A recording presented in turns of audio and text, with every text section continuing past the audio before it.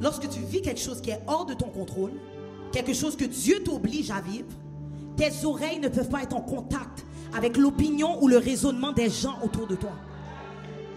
Et lorsque tu invites ces amis dans ta crise, ça peut parfois juste te faire vivre plus de frustration. Parce que ça peut t'amener à prendre leur opinion comme la sagesse ou la vérité. Et tout à coup, au lieu de dire oui et amen à la volonté de Dieu, tu vas commencer à questionner ton processus.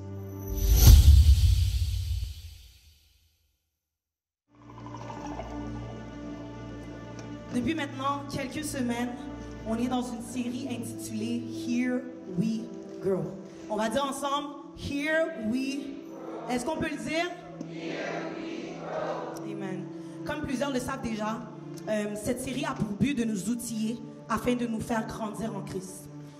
Pas juste au niveau personnel, mais aussi corporativement.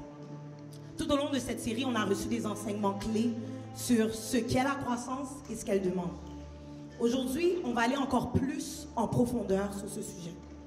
Et pour ce faire, on va regarder l'histoire d'un personnage biblique qui, lui, a vécu les douleurs de la croissance. Et je parle du serviteur Job. Peuple de Dieu, une chose que je remarque, c'est que la croissance, ce n'est pas seulement un résultat, mais c'est un processus. Et une chose qu'on oublie, c'est que pour être grand ou pour grandir, on n'a pas le choix de passer au travers les douleurs de la croissance. La science nomme ça comme étant la poussée de croissance. Mais ce qu'on ressent durant cette poussée de croissance-là, ce sont les douleurs de croissance. Ou est-ce que maintenant tes jointures commencent à te faire mal? Tes genoux commencent à te faire mal. Tu commences à avoir mal à des places que tu pensais même pas avoir mal. Et Job est un parfait exemple biblique de quelqu'un qui a dû passer au travers des douleurs de la croissance. Maintenant, pour ceux qui connaissent bien l'histoire, tu es peut-être déjà comme quête. Pas Job, mais trust me, ça va bien aller. Je crois que dans la vie de Job repose plusieurs outils pour nous apprendre comment vivre notre croissance dans notre marche chrétienne et surtout comment ne pas être un obstacle à notre propre croissance. Donc pour ce faire, on va lire directement dans le livre de Job 1, du verset 1 à 12. Job 1, du verset 1 à 12. Et je vais lire pour vous. Il y avait dans le pays de Tuz un homme qui s'appelait Job. Et cet homme était intègre et droit. Il craignait Dieu et se détournait du mal. Il lui naquit 7 fils et 3 filles. Il possédait 7000 brebis, 3000 chameaux, 500 paires de bœufs, 500 ânesses et un très grand nombre de serviteurs. Et cet homme était le plus considérable de tous les fils de l'Orient. Ses fils allaient les uns chez les autres et donnaient tour à tour un festin. Et ils invitaient leurs 3 sœurs à manger et à boire avec eux. Et quand les jours de festin étaient passés, Job appelait et sanctifiait ses fils. Puis il se levait d'un bon matin et offrait pour chacun d'eux, un holocauste. Car Job disait, peut-être que mes fils ont péché et qu'ils ont offensé Dieu dans leur cœur. C'est ainsi que Job avait coutume d'agir. Or, les fils de Dieu vinrent un jour se présenter devant l'Éternel. Et Satan vint aussi au milieu d'eux. L'Éternel dit à Satan, d'où viens-tu? Et Satan répondit à l'Éternel, de parcourir la terre et de m'y promener. L'Éternel dit à Satan, as-tu remarqué mon serviteur Job? Il n'y a point comme lui sur la terre. C'est un homme intègre et droit, craignant Dieu et se détournant du mal. Et Satan répondit à l'Éternel, est-ce d'une manière désintéressée que Job craint Dieu? Ne l'as-tu pas protégé, lui, sa maison et tout ce qui est à lui? Tu as béni l'œuvre de ses mains et ses troupeaux couvrent le pays. Mais étends ta main, touche à tout ce qui lui appartient, et je suis sûr qu'il te maudit en face. L'Éternel dit à Satan, voici, tout ce qui lui appartient, je te le livre. Seulement, ne porte pas la main sur lui. Et Satan se retira de devant la face de l'Éternel. Mon titre du message ce matin, c'est « Le combat intérieur de la croissance ».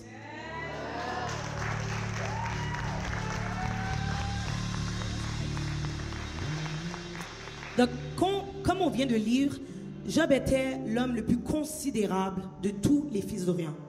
L'Éternel le décrivait comme un homme intègre, un homme droit, qui avait la crainte de l'Éternel.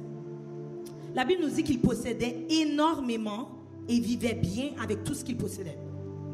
Mais voilà qu'un jour, après que l'Éternel en ait donné l'autorisation, Job va être frappé par la perte. La perte de ses avoirs, la perte de ses enfants et même la perte de sa santé. Du jour au lendemain, Job va passer à être l'homme le plus considéré à celui qui sera le plus méprisé. Pour t'aider à mieux comprendre ce qui lui est arrivé, c'est comme si du jour au lendemain, tu perds ton emploi, ta famille tout entière, et tout ce que tu possèdes t'a été volé. And on top of that, tu tombes gravement malade. Pas de n'importe quelle maladie, d'une maladie qui couvre ton corps entier de plaies ouvertes. Qui veut dire que du plat de tes pieds jusqu'au sommet de ta tête, c'est des plaies ouvertes. Tout le monde dans la communauté, tout le monde dans la ville connaît ton histoire. Et c'est ce qui se passe avec toi présentement. Maintenant, plusieurs devaient forcément croire que Job était sous attaque. Plusieurs devaient croire que quelqu'un avait dû le maudire. Mais lorsqu'on regarde les Écritures, on apprend que tout ce qui arrivait à Job n'était pas produit d'une attaque, mais c'était produit d'une autorisation donnée par Dieu. Grandir en Christ, c'est comprendre que Dieu peut autoriser des crises dans ta vie.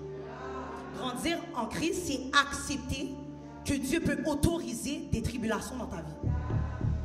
Dans l'histoire de Job, Dieu était celui qui a autorisé le diable de causer les pertes dans la vie de Job. Mais ce qui m'a plus étonné là-dedans, c'est la première réponse de Job face à ses pertes. Dans Job 1, verset 21, Job va dire: « Je suis sorti nu du sein de ma mère, et nu je retournerai dans le sein de la terre. L'Éternel a donné et l'Éternel a ôté. Que le nom de l'Éternel soit béni. » Maintenant, si on est honnête avec nous-mêmes, 99% de cette salle would have lost it. 99% auraient complètement crash out. Notre première réponse n'aurait certainement pas été « Oh oui, que le nom de l'Éternel soit béni. » Let's just be honest. Pour qu'on soit conscient de la gravité de l'histoire de Job, dites-vous que la situation était tellement grave que même la femme de Job, voyant la souffrance de son mari, va lui dire: « Tu demeures ferme dans ton intégrité, maudis Dieu et meurs. »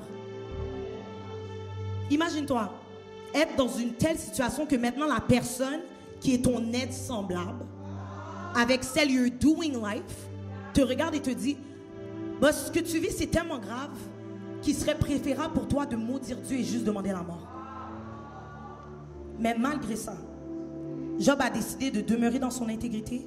Il ne va pas se permettre de pécher avec ses paroles. Lorsque tu es mûr dans ta foi, lorsque tu es mûr dans ton cheminement avec Christ, ta maturité t'empêche de dire n'importe quoi.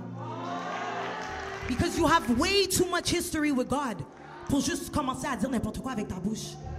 Lorsque tu es mûr, ta maturité t'empêche de dire n'importe quoi. Maintenant, lorsqu'on regarde la suite de l'histoire de Job, on remarque que Job va avoir 3 amis avec qui, en fait, qu'ils ont vu tout ce qu'il traversait et vont se joindre à lui pour le consoler et le soutenir. On parle d'Éliphaz, Bildad et de Sophar, 3 amis. La Bible nous dit dans Job 2, verset 12, « Ayant de loin porté les regards sur lui, ils ne le reconnurent pas, et ils élevèrent la voix et pleurèrent. » Job était tellement dans un état critique que ses amis ne pouvaient pas le reconnaître. La maladie et la souffrance l'avaient tellement défiguré that he was unrecognizable. Les amis de Job sont restés avec lui pendant 7 jours et 7 nuits. Comment? En silence.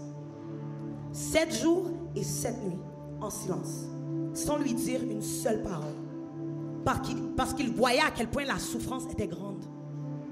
Meaning the situation was so crazy that everyone was silent. That's when you know nothing you can say can make the situation better. Parce que est-ce que ça t'est déjà arrivé de devoir être là pour quelqu'un qui vit quelque chose de tellement grave, mais que tu n'avais rien à dire?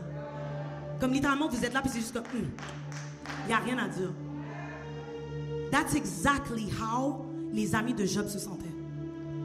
Ensuite, après 7 jours, quelque chose va se passer.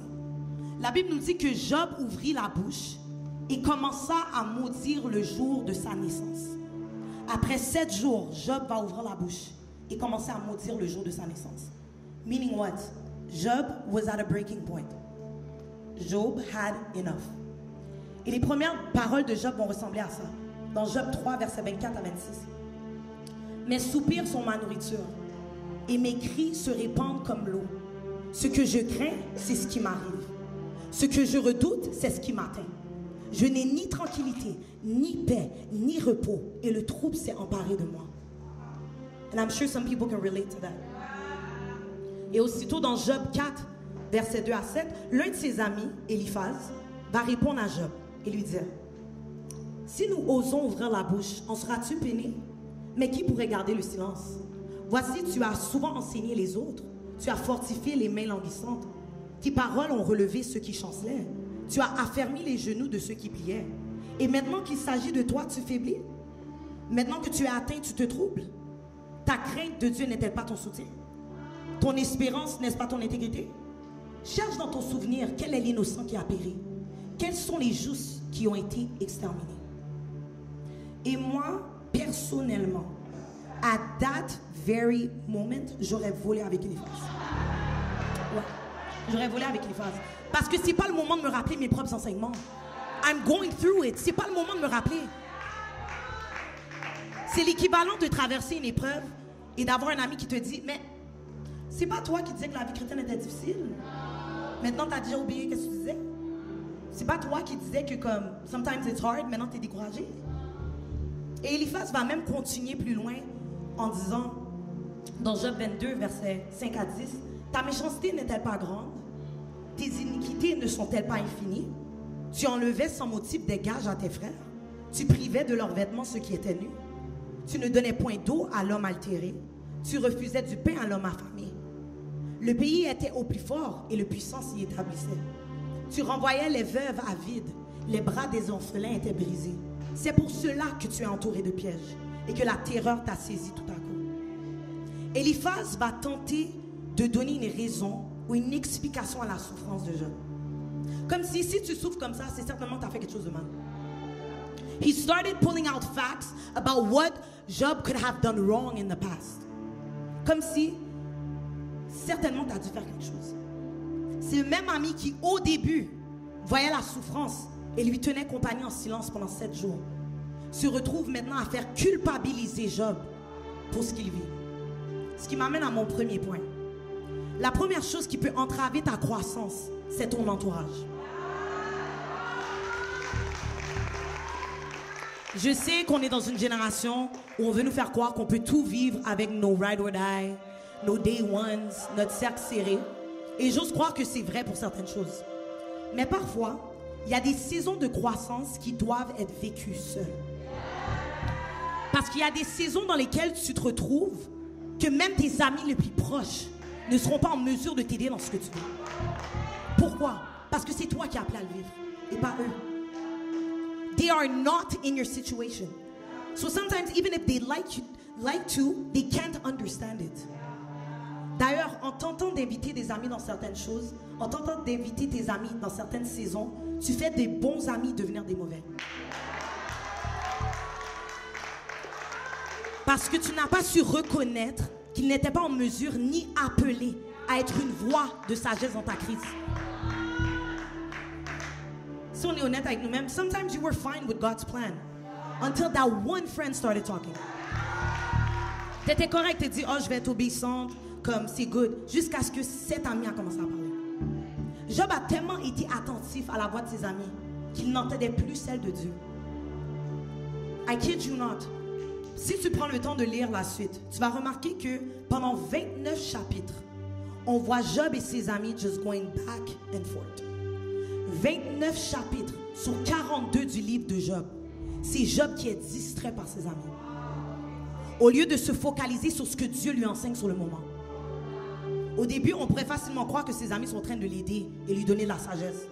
Mais au fur et à mesure, on voit qu'ils sont de moins en moins patients. Et c'est exactement la même chose pour Job. C'est comme ton ami qui va te dire, mais t'es toujours pas passé à autre chose? You still haven't healed yet? Pourquoi tu parles encore de lui? Pourquoi tu parles encore de ce qu'il t'a fait? Like, oh, je sais que la rupture faisait partie du plan de Dieu, mais ça ne veut pas dire que ça fait pas mal.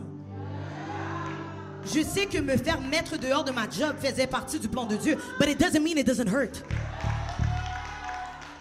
Mais vu que ces personnes ne sont pas appelées à vivre ce que tu vis, ils ne comprennent pas forcément ta réalité. Voilà pourquoi tu dois traverser certaines crises seul. Parce que très souvent, lorsque tu vis quelque chose qui est hors de ton contrôle, quelque chose que Dieu t'oblige à vivre, tes oreilles ne peuvent pas être en contact avec l'opinion ou le raisonnement des gens autour de toi. Et lorsque tu invites ces amis dans ta crise, ça peut parfois juste te faire vivre plus de frustration. Parce que ça peut t'amener à prendre leur opinion comme la sagesse ou la vérité. Et tout à coup, au lieu de dire oui et amen à la volonté de Dieu, tu vas commencer à questionner ton processus. Genre, c'est vrai, comment ça que cette situation me fait encore de quoi? Comment ça je ne suis pas over it? Tandis que Dieu est en train de te dire non, j'ai besoin que tu ressentes ça parce que ça fait partie du processus dans lequel je t'ai placé et tu dois passer au travers.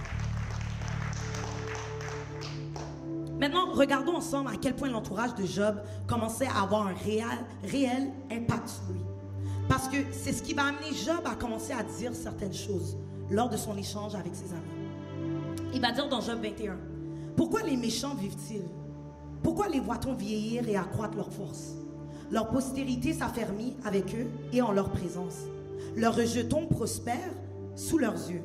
Dans leur maison règne la paix, sans mélange de crainte. La verge de Dieu ne vient pas les frapper. Les taureaux sont vigoureux et féconds. Leurs génisses conçoivent et n'avortent point. Ils laissent courir leurs enfants comme des brebis, et les enfants prennent leur ébats. Ils chantent au son du tambourin et la harpe. Ils se réjouissent au son du chalumeau. Ils passent leurs jours dans le bonheur, et ils descendent un instant dans le séjour des morts. Ils disaient pourtant à Dieu, retire-toi, nous ne voulons pas connaître tes voies. Qu'est-ce que le Tout-Puissant pour que nous le servions? Que gagnerons-nous à lui adresser nos prières? Quoi donc? Ne sont-ils pas en possession du bonheur? Loin de moi les conseils de méchants. Mais arrive-t-il souvent que leurs lampes s'éteignent, que la misère fonde sur eux, que Dieu leur distribue leur part de sa colère? Qu'ils soient comme la paille emportée par le vent, comme la balle enlevée par le tourbillon? Est-ce pour les fils que Dieu réserve le châtiment du Père? Mais c'est lui que Dieu devrait punir pour qu'il le sente. C'est lui qui devrait contempler sa propre ruine. C'est lui qui devrait boire la colère du Tout-Puissant. Donc à cause des dires des amis de Job, Job va commencer à se demander, but wait a minute, pourquoi je traverse tout ça? Pourquoi moi qui sers Dieu, moi qui crains Dieu, je suis dans cette crise? Tandis que ceux qui vivent comme ils veulent sont bénis. Ce qui m'amène à mon deuxième point. La deuxième chose qui entrave ta croissance, c'est la comparaison. L'erreur qu'on commet souvent lorsqu'on commence à expérimenter la souffrance dans la croissance, c'est que puisque mentalement, ça n'a pas de sens, et qu'en plus, il y a de l'incompréhension, on commence à se comparer. Tu commences à regarder autour de toi et tu cherches l'injustice. Tu es à la recherche de tout élément qui peut t'aider à justifier ton sentiment d'injustice. Tu commences à te poser des questions comme, comment ça se fait que je sers à l'église, que je suis fidèle dans ma dîme, et que c'est my friend that barely wants anything to do with God that's about to get married? Comment ça se fait que je sers dans la maintenance? Je suis la première à l'église, la dernière à quitter, mais c'est ma cousine qui a quitté l'évangile qui vient de lancer sa business, alors que moi je suis incapable de trouver un emploi. Non, j'aimerais bien ouvrir une parenthèse.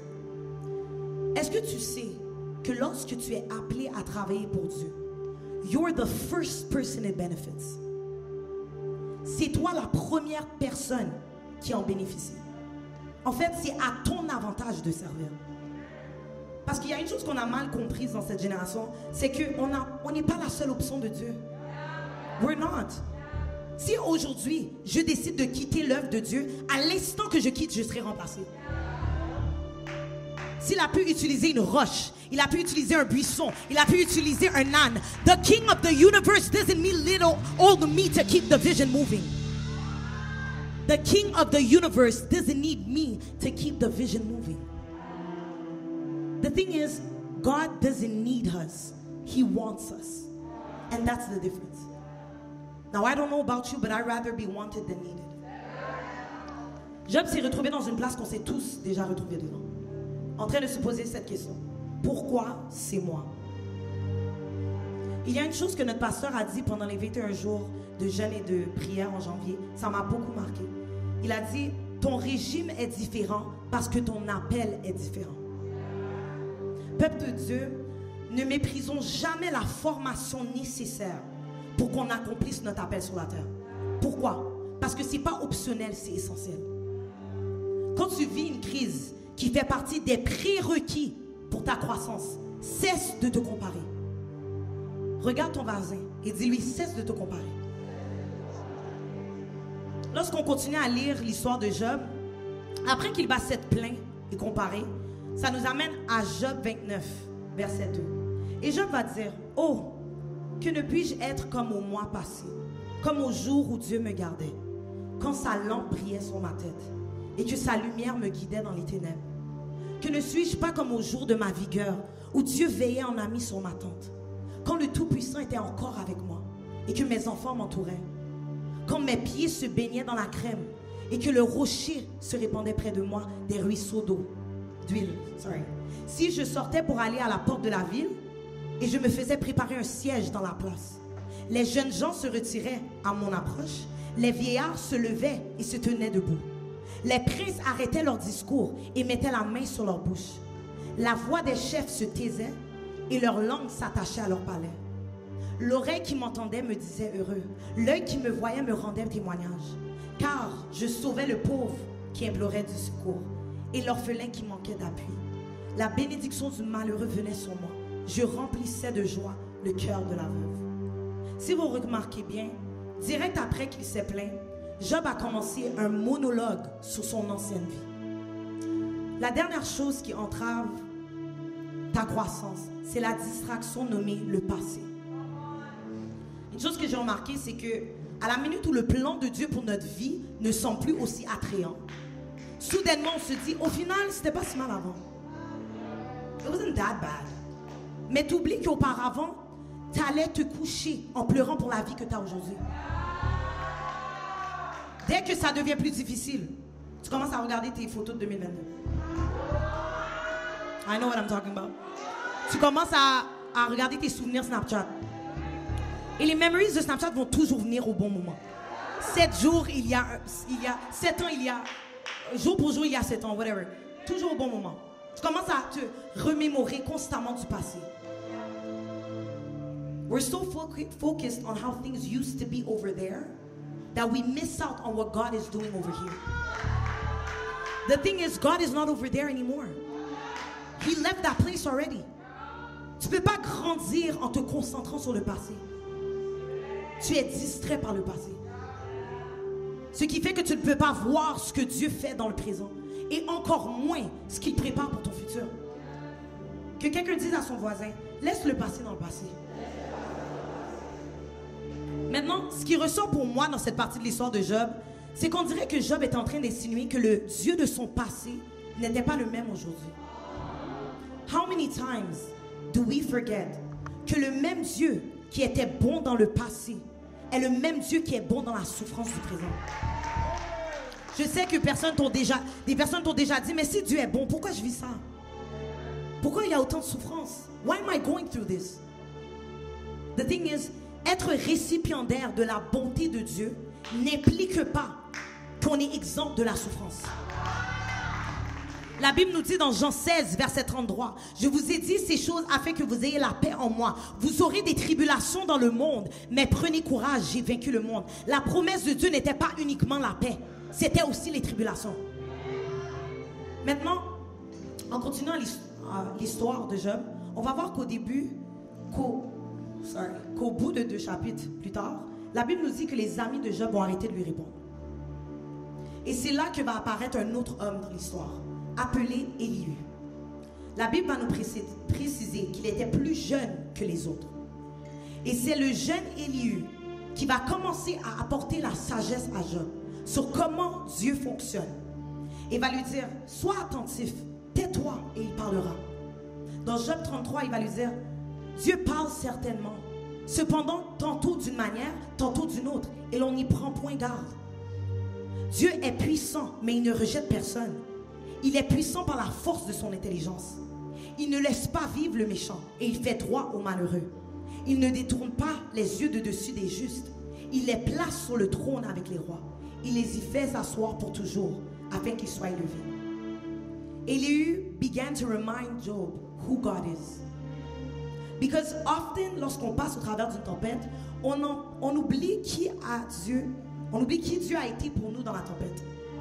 Et c'est suite au discours d'Élihu, au chapitre 38, qu'on va entendre pour la première fois l'Éternel parler à Job. Et il va lui dire, où étais-tu quand j'ai fondé la terre? Dis-le si tu as de l'intelligence. Et Dieu va commencer à rappeler à Job sa souveraineté. Ma mère a une expression qu'elle dit souvent, elle dit, bon Dieu, comme on lui fait ça, ce qui signifie, Dieu est un adulte, il fait ce qu'il veut. En d'autres mots, Dieu est souverain. Et lorsqu'on oublie notre position face à lui et qu'on essaie de prendre sa place, on pense qu'il nous doit une explication à tout. Tandis que la Bible est claire. Dans Isaïe 55, verset 8, ça dit, car mes pensées ne sont pas vos pensées et vos voix ne sont pas mes voix, dit l'Éternel. Non, je sais que l'explication te ferait du bien. Ça te rendrait plus confortable par rapport à ce que tu vis. But we need to come to terms with the fact that the cost of growth is comfort. Le prix à payer pour la croissance, c'est le confort.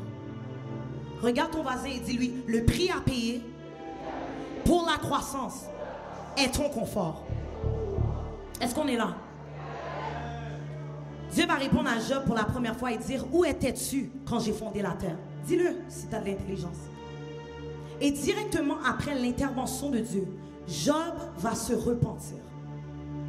It took 29 chapters going back and forth with his friends, où Job se compare, Job se plaint, Job regarde au passé. 29 chapters pour que Job se rende à l'évidence que si c'est Dieu qui permet cette crise, c'est que ce n'est pas pour me nuire, mais pour me faire grandir. Dès que Job s'est repenti, la Bible nous dit que Dieu donna alors une instruction aux amis de Job et indirectement à Job aussi. Dieu va demander à Job de prier pour ses amis. Et c'est uniquement après que Job ait fait ce qui lui avait été demandé que l'Éternel lui accorda le double de tout ce qu'il avait possédé. La Bible nous dit dans Job 42, pendant ces dernières années, Job reçut de l'Éternel plus de bénédictions qu'il n'en avait reçu dans les premières années. Job vécut après cela 140 ans et il vit ses fils et les fils de ses fils jusqu'à la 4e génération. Peuple de Dieu, aujourd'hui mon mandat était à 2 niveaux. Premièrement, vous faire comprendre qu'il y a de la croissance dans la souffrance. Vous faire comprendre que dans ta crise se trouve une opportunité de croissance. Que dans ta perte se trouve une opportunité de croissance. Mais deuxièmement, mon mandat était de vous faire comprendre que l'obéissance dans la crise est ce qui provoque la croissance. Job ne s'est pas juste repenti. Job a obéi. Et c'est exactement ce que le diable est après. In crisis, the enemy is trying to get you out of the posture of obedience. The enemy is trying to get you so frustrated, so carnal, so angry that you step out of obedience.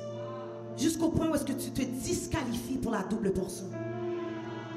Que tu sors de l'obéissance et que tu entres dans la rébellion. Au point où tu te disqualifies pour la double portion, pour la croissance. Donc ce matin, s'il y a une chose que je crois qu'on doit faire, c'est de demander pardon à Dieu par rapport aux points qui nous ont été révélés ce matin. Certains d'entre nous, si on est honnête, on doit se repentir d'avoir laissé notre entourage affecter notre posture d'obéissance. D'avoir laissé la comparaison affecter notre posture d'obéissance. D'avoir laissé notre passé affecter notre posture d'obéissance. Si c'est de toi que je parle ce matin et que tu veux soit réajuster ta posture devant le Seigneur ou réaffermir ta posture devant le Seigneur, je t'invite à venir à l'autel. Si c'est de toi que je parle ce matin et que tu veux soit réajuster ta posture devant le Seigneur ou réaffermir ta posture devant le Seigneur, je t'invite à venir à l'autel. And I want to tell you that I know what it is. La personne qui se tient devant toi, I've been through it. Je sais c'est quoi. Je sais c'est quoi être dans une crise et te demander, mais Dieu, tu es où? Je sais c'est quoi être dans une crise et te dire, mais Seigneur, qu'est-ce qui se passe? Why am I going through this? I know what it is. Mais je te promets que la minute que j'ai décidé de laisser Dieu prendre le contrôle, everything changed. Si c'est de toi que je parle, the altar is open. There's no shame. There's no shame. I've been in this very posture. There's no shame. Amen. Là où est-ce que tu es, tu peux commencer à faire ta prière. Où est-ce que tu dis, Seigneur, je veux changer ma posture. Seigneur, je veux changer ma posture. Seigneur, je veux changer ma posture. Je veux plus laisser mon entourage. Je ne veux plus laisser mon entourage contrôler ma posture. Seigneur, je ne veux plus laisser le passé contrôler ma posture. Je ne veux plus laisser le passé contrôler ma posture. Seigneur, je ne veux plus laisser mon